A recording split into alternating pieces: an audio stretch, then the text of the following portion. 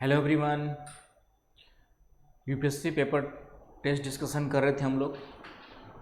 तो next question में आते हैं हम लोग जो है।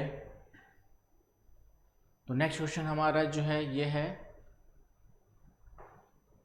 अनाच्छादन कालानुक्रम की संकल्पना एवं भूआकृति विज्ञान में उसका महत्व। तो ये जो हमारा टॉपिक है अनाच्छादन कालानुक्रम, यहाँ से अभी तक यूपीएससी ने कोई क्वेश्चन नहीं पूछा है 2013 में सिलेबस चेंज होने के बाद से लेकर अब तक।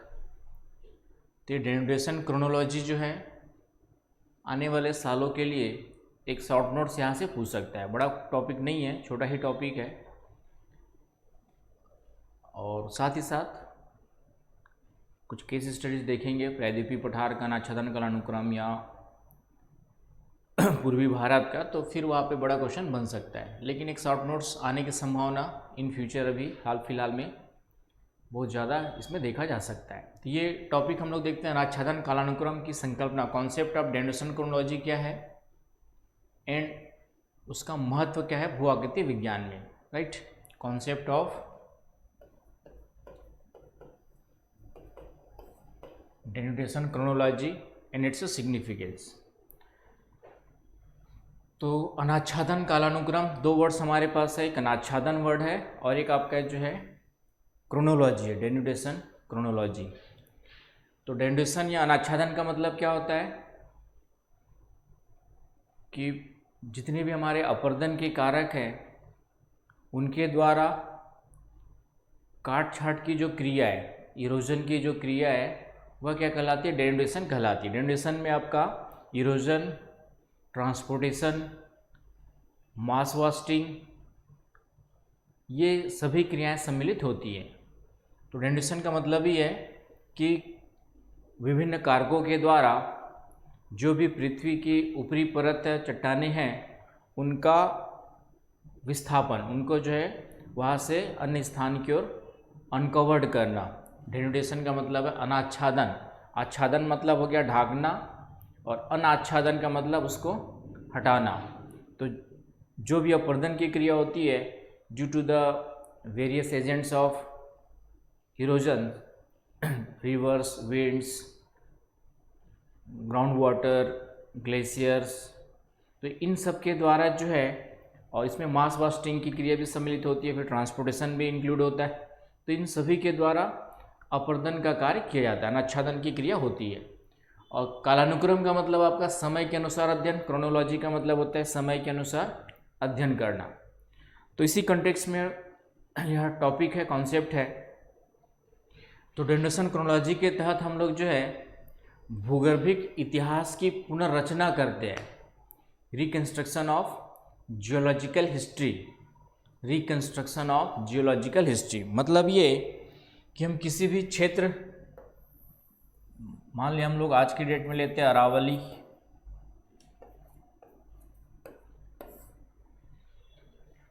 तो इस अरावली के क्षेत्र का वर्तमान में यदि हम अध्ययन करें और इसका अध्ययन करके इसके पिछले भूगर्भिक इतिहास की पुनर्रचना करें, भूगर्भिक इतिहास की पुनर्रचना, रिकंस्ट्रक्शन,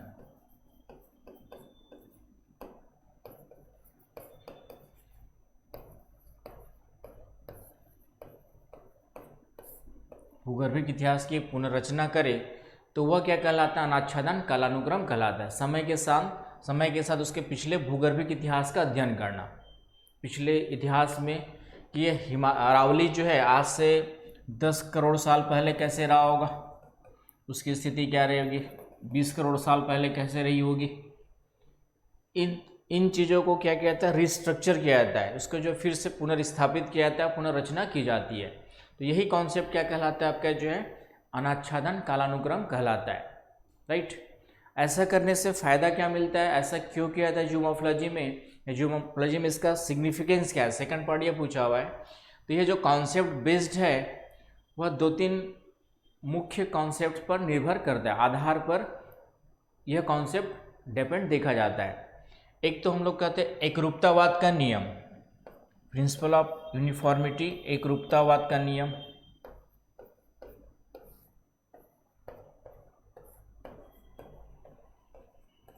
इस पर यह कॉन्सेप्ट निर्भर है। इस कॉन्सेप्ट के आधार पर ही अनाच्छादन कालानुक्रम की संकल्पना दी गई है। Principle of uniformity. तो प्रिंसिपल ऑफ यूनिफॉर्मिटी क्या कहता है? एकरूपतावाद का नियम ये कहता है कि आज जो विभिन्न भूगर्भिक प्रक्रम और भौतिक प्रक्रम जो भी प्रोसेस आपके जो है चल रही है, वे पिछले भूगर्भिक इतिहास में भी इसी तरह से कार्यरत थी। समझ रहे हैं यहाँ पे कि आज की बात करें अरावली पर, तो आज यहाँ पे मुख्य रूप से देखेंगे अरावली क्षेत्र में तो हवाओं के द्वारा इरोजन हो रहा है, कुछ नदियों के द्वारा इरोजन हो रहा है। तो यही जो इरोजनल प्रोसेस है, अपर्दन प्रक्रियाएं हैं, ये पिछले भूगर्भिक इतिहास में भी क्या थी आपका जो है इसी प्रकार से सक्रिय रही होगी, यह मान करके चलता है एकरूपतावाद का कॉन्सेप्ट। आई बात समझ में? उनकी तीव्रता में अंतर हो सकता है, उनकी इंटेंसिटी में, फ्रीक्वेंसी में क्या हो सकता है, डिफरेंस हो सकता है, बट ये जो प्रोसेस है, जितने भी आपका erosional process, depositional process, physical and chemical process जो हमने पढ़ा था, तो जितने भी ये भौतिक और यांत्रिक और रासायनिक और भूगर्भिक प्रक्रम है, भूकंप, ज्वालामुखी की क्रियाएं, पूरे पृथ्वी की बात करें तो ये पहले भी होती थी, आज भी हो रही है, भविष्य में भी होती रहेंगी। उनकी तीव्रता और फ्रीक्वेंसी, आवृत्ति में अंतर हो सकता है। इसे हम लोग कहते हैं एकरूपतावाद का नियम, प्रिंसिपल ऑफ यूनिफॉर्मिटी। आई बात समझ में? तो इसी आधार पे कि आज जो हमारे अपर्दन के प्रक्रम अरावली क्षेत्र में कार्यरत है, मेन विंड्स है, रिवर्स, कभी कभी आप एक कुछ सीजनल रिवर्स मिल जाती है, तो इन्हीं के आधार पर रिकंस्ट्रक्शन का कार्य किया गया कि जिस दर से आज ये इरोड कर रही है, लगभग उसी दर से हम इरोजन मान लें पिछले भूगर्भिक इतिहास से होता रहा है। तो ये अरावली जो है आज से 10 करोड़ साल पहले, 20 करोड़ साल पहले जब इसका निर्माण हुआ प्री कैम्ब्रियन टाइम पीरियड में, तो ये किस प्रकार से रहा होगा, इसको हम लोग क्या कर सकते हैं, रीस्ट्रक्चर कर सकते हैं, रिकंस्ट्रक्शन कर सकते हैं। तो इसे ही अनाच्छादन कालानुक्रम कहा जाता है। तो एक तो ये नियम को फॉलो करता है। दूसरा, डेविस का अपर्दन चक्र, इरोजन साइकिल।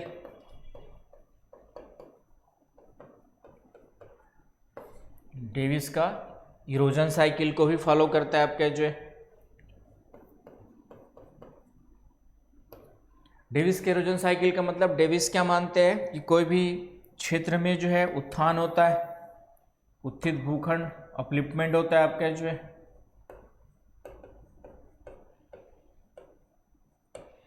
फिर विभिन्न प्रक्रियाओं के द्वारा इसका क्या होता है, इरोजन होता है, और फिर से यह समतल प्राय मैदान में कन्वर्ट हो जाता है। तो यह क्रिया जो है पृथ्वी पर निरंतर चलते रहती है। उत्थान की क्रिया, फिर इरोजन, फिर उत्थान, फिर इरोजन, ये क्रियाएं जो है निरंतर चलते रहती है, चक्रीय क्रम में चलते रहती है।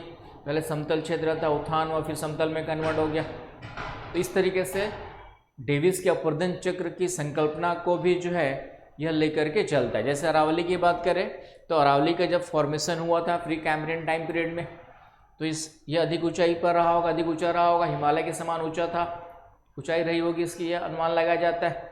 फिर इनका निरंतर इरोजन चल रहा है और एक समय के पश्चात ये अरावली जो है कट फिट करके क्या हो जाएगी, समतल क्षेत्र में कन्वर्ट हो जाएगी। फिर से हो सकता है किसी कारण से भूगर्भिक हलचल हो, उत्थान हो सकता है वहाँ पर जो है। तो इस तरीके से यह प्रोसेस चक्रीय क्रम में, साइक्लिक प्रोसेस में चलते रहती है। तो इसी आधार पर फिर से अनाच्छादन कालानुक्रम इसको लेकर के चलता है कि उत्थान अपर्दन की क्रिया चलते रहती है। तो जब उत्थान हुआ, अरावली का निर्माण हुआ, तो इसकी ऊंचाई लगभग इतनी रही होगी, वर्तमान में घट करके लगभग इतनी है, और भविष्य में समाप्त हो जाएगा, फिर से उत्थान हो सकता है। इन्हीं आधारों पे जो है हम पिछले भूगर्भिक इतिहास की क्या करते हैं, पुनर्रचना करते हैं। तो इस कॉन्सेप्ट को भी लेकर के चला गया है। और इसी कंटेक्स्ट में एक वर्ड यूज किया गया है जो फ्यूचर में आपका कभी शॉर्ट नोट्स दे सकता है,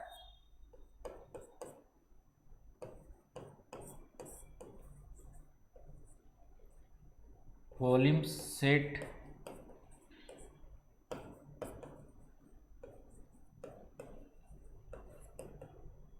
स्थलाकृति।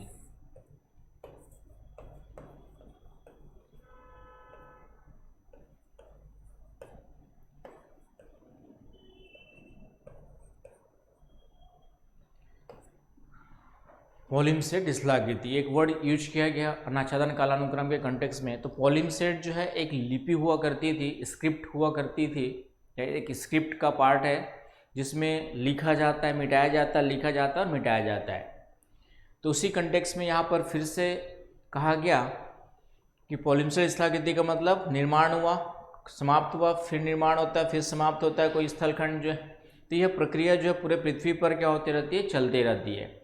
तो ये जो अनाच्छादन कालानुक्रम की संकल्पना है, यह जो है फिर से पॉलिमसेट स्थलाकृति की विशेषताओं को लेकर के चलती है। तो ये शॉर्ट नोट्स कभी आ सकता है, इस टाइप से एक दो टर्मिनोलॉजी लेकर के क्वेश्चन दे देता है, पॉलिमसेट स्थलाकृतियाँ क्या होती है और इसका जो है कहाँ पर यूज किया गया है। तो इस तरीके से तो ये पॉलिमसेट स्थलाकृति आप लोगों को समझ में आ गया होगा। तो ये 2-3 आपके जो है कॉन्सेप्ट है जिनके आधार पर अनाच्छादन कालानुक्रम की संकल्पना का प्रतिपादन किया गया है। तो कॉन्सेप्ट ये हो गया। अब इसका सेकंड पार्ट है भूआकृति विज्ञान में उसका महत्व क्या है। तो भूआकृति विज्ञान में भी जो है हम लोग आज की चीज़ों को, यदि हमें कोई चीज़ को समझना है, आज हमें अरावली के बारे में समझना है, तो डेफिनेटली हमें उसके पिछले इतिहास का भी अनुमान लगाना पड़ेगा। उसके आधार पर उसका भविष्य भी बता सकते हैं। उसी को अप्लाई करके हिमालय के बारे में कि हिमालय का निर्माण जब से हुआ है तब से लेकर के किस किस प्रकार का परिवर्तन हुआ है, भविष्य इसका क्या होगा। तो किसी भी क्षेत्र के पिछले इतिहास को जानने के लिए, उसके भविष्य को जानने के लिए यह कॉन्सेप्ट जो है यूज किया जाता है। आई बात समझ में। इसकी आलोचना यही की जाती है कि अत्यधिक आपका जो है अनुमानिक है, बहुत ज़्यादा अनुमान पर आधारित। हमें हर चीज़ का लगभग यहाँ पे क्या लगाना पड़ता है, अनुमान के आधार पे चलना पड़ता है। तो ये आलोचना की जाती है, अत्यधिक जो है आगमनात्मक विधि का यूज करता है, इंडक्टिव मेथड का यूज करता है। तो ये थोड़ा सा यहाँ पे आलोचना की जाती है। तो जब एक कॉन्सेप्ट पढ़ेंगे तो आप उसको अच्छे से तैयार कर लेना। ये आने वाले एग्जाम्स में यहाँ से कोई ना कोई क्वेश्चन उठा सकता है। तो ये मैंने उसको नोट्स के रूप में लिया हुआ, जो समझाया मैंने अभी आप लोग को। तो दिख रहा होगा, किसी भी प्रदेश के अनाच्छादन के इतिहास की पुनर्रचना करना अनाच्छादन कालानुक्रम कहलाता है। इस संकल्पना का मुख्य उद्देश्य किसी भी प्रदेश के अनाच्छादन के इतिहास की पुनर्रचना कर विगत अपर्दन चक्रों एवं उपचक्रों के दौरान उत्पन्न अपर्दन सतहों का अभिनिर्धारण, तिथिकरण एवं व्याख्या करना होता है। कि जो भी हमारे आज की डेट में अपर्दन सतह है, इरोजनल साइकिल्स सरफेस है, उसको हम लोग क्या कर सकते हैं, उसको आइडेंटिफाई कर सकते हैं, कब कब किस तरीके से इसका फॉर्मेशन हुआ होगा, और उसके आधार पे उसकी डेटिंग कर सकते हैं, तिथिकरण एंड उसका एक्सप्लेनेशन करके हम लोग जो है भूत और भविष्य दोनों के बारे में जानकारी हासिल कर सकते हैं। राइट। इस कॉन्सेप्ट में वो भी है आपका जो है present is the key of past, आज के वर्तमान भूत की कुंजी है। ये भी एक स्टेटमेंट, इसको भी यह सम्मिलित करता है कि हम वर्तमान को देख करके भूतकाल के बारे में जानकारी हासिल कर सकते हैं। वर्तमान भूत की कुंजी है। Present is a key of past, present is the key of past. आई बस समझ में। तो यह संकल्पना स्थल रूपों के अध्ययन के ऐतिहासिक या कालानुक्रमिक उपागम पर आधारित है। अर्थात समय के साथ स्थल रूपों में क्रमिक परिवर्तन होता है कि अवधारणा को समाहित करता है। कि समय के साथ स्थल रूपों में क्या होता है, परिवर्तन होते रहता है। जैसे मैंने कहा अरावली आज से निर्माण जब हुआ तब उसका आकार, प्रकार, विशेषताएं अलग रही होंगी, आज उसकी विशेषताएं अलग है। तो इसी को समाहित करते हुए फिर मैंने कुछ नियमों का नाम लिया था। एकरूपतावाद का नियम, पृथ्वी के इतिहास की चक्रीय प्रकृति, प्रवृत्ति या प्रकृति जो है, पृथ्वी के इतिहास की चक्रीय प्रकृति का मतलब कि पृथ्वी के ऊपर जो है साइक्लिक रूप से चीज़ें क्या होती रहती, चलते रहती है। पॉलिमसेट स्थलाकृति वर्तमान भूत की कुंजी है। डेविस के स्थलरूपों का चक्रीय विकास का मॉडल इन चीज़ों को सम्मिलित करता है। और दीर्घ भूगर्भित समय के विस्तृत क्षेत्र के स्थलरूपों का चक्रीय समानुसार अध्ययन किया जाता है। तो ये कॉन्सेप्ट इतना ही है और उसका महत्व मैंने फिर से बताया कि हम लोग इसके आधार पर जो है किसी भी क्षेत्र का अध्ययन कर अपर्दन चक्रों, अपर्दन सतह का निर्धारण कर उसके भूत भविष्य इन सभी का क्या कर सकते हैं, अनुमान लगा सकते हैं। तो इसके लिए इसका भूआकृति विज्ञान में यूज या महत्व देखा जा सकता है बात समझ में।